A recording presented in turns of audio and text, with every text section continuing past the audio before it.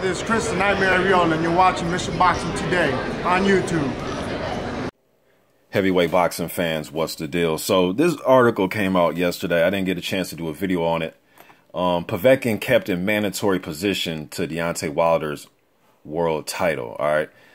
This is on Boxing Scene, so I'll leave this article in the description box. Like always on my channel, you can click it, read it, and come to your own surmise about it. But this doesn't surprise me at all that as soon as I seen that the WBC didn't make swift action on this, and well, I'm not going to really say swift action, but because they did, the fight didn't go on, so that's pretty swift action when the fight gets canceled. But when I seen that they would come out on different websites and say that they're going to have a ruling in a week, 2 weeks, 3 weeks, and once months went by, I pretty much just really didn't pay too much attention to it.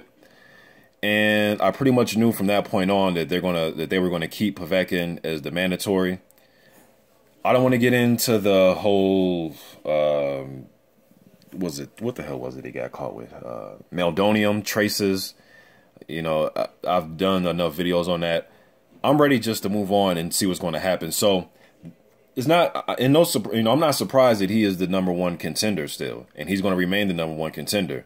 If anything, because Wilder is hurt right now, and he won't be back until, I don't know, I'm going to guess February, March, April, somewhere in there, when he comes back from this hand and bicep injury. In the meantime, the WBC, they might, now this is me speculating and guessing, but they might have Pulev fight Johan Duhaupas, or who else is highly ranked? Stavern or Pulev. He may fight one of those guys. The WBC may order him to fight one of those guys to reestablish who's the #1 contender. And I brought up those guys because they're all highly ranked. I know Johan Duhaupas has that vacant, well, he won the vacant WBC silver title that was vacated by Povetkin. And I believe Povetkin fought Takam for it a few years ago. I could be wrong. I know he fought Wak and Perez, a few other guys, but I'm not sure who he fought for that silver title. I think it was Takam, though.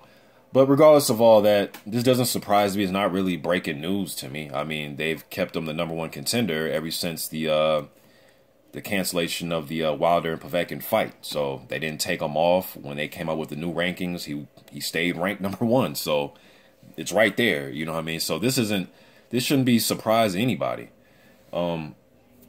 I just want this shit to hurry up. Whatever they're going to do, do it. And Povetkin's not going nowhere, for one. And I don't think because he had meldonium traces in him, I'm not saying it's okay. I'm not saying...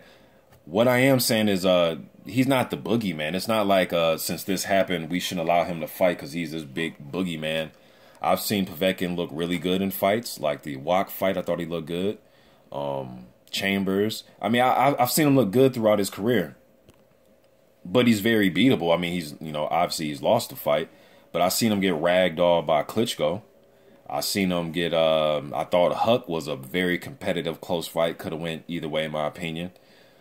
So, yeah, I mean, just put the guy in the ring, man. Like, obviously you don't want any fighter to have any type of illegal substances in him when he takes his test, but let's get him hooked up. I guess he's going to be a part of this clean boxing program that WBC is ordering, that all top 15 fighters and title holders must go through this clean boxing program. So let's start testing them. Let's get this shit going, man. I don't have no personal hate towards Povetkin. I understand that Deontay Wilder's feelings toward Povetkin way different than mine, and rightfully so. He's the guy that was going to get in there with him, and Wilder has every right to feel however he feels. Whether you think it's right or wrong, he can feel however he wants to feel. But me, as a fan, looking at this, and I like Povetkin, I think he's one of the top 5 heavyweights out there, just my opinion.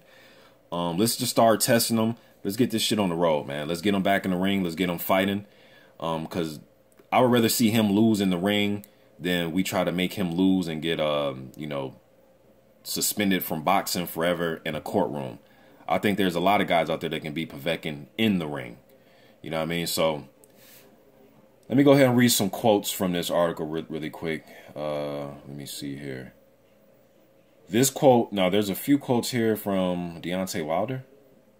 He goes on to say, "I'm amazed it's taken so long to happen when they've said they make a judgment in June. Here it is in August, Wilder told the Los Angeles Times. There's so much evidence on Povetkin, it's obvious they cheated. They're cheaters. He also goes on to say, even in the Olympics, the Russians are getting booed. No one should tolerate a cheater. We have zero tolerance for it. The WBC has a clean boxing program. But what does a clean boxing program mean if there's no consequences behind the actions? I would love to fight Povetkin.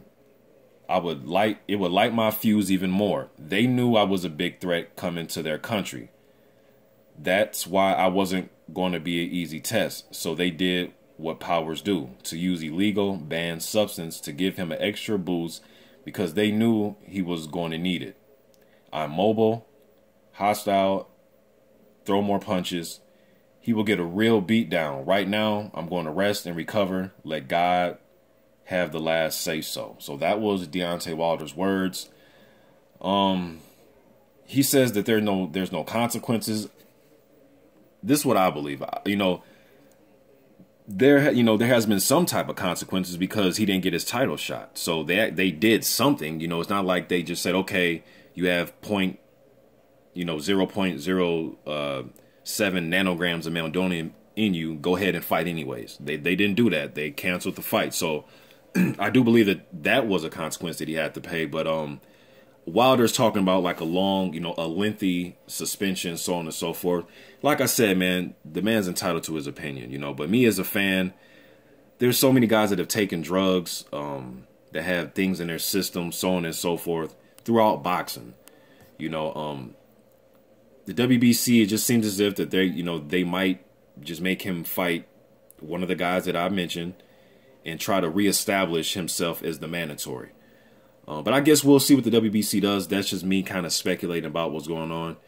You guys let me know what you think about this in the comments section, man. Just giving my opinion about this. It's not breaking news. This shit came out yesterday. So just my opinion on it. Let me know what you think. I'm out.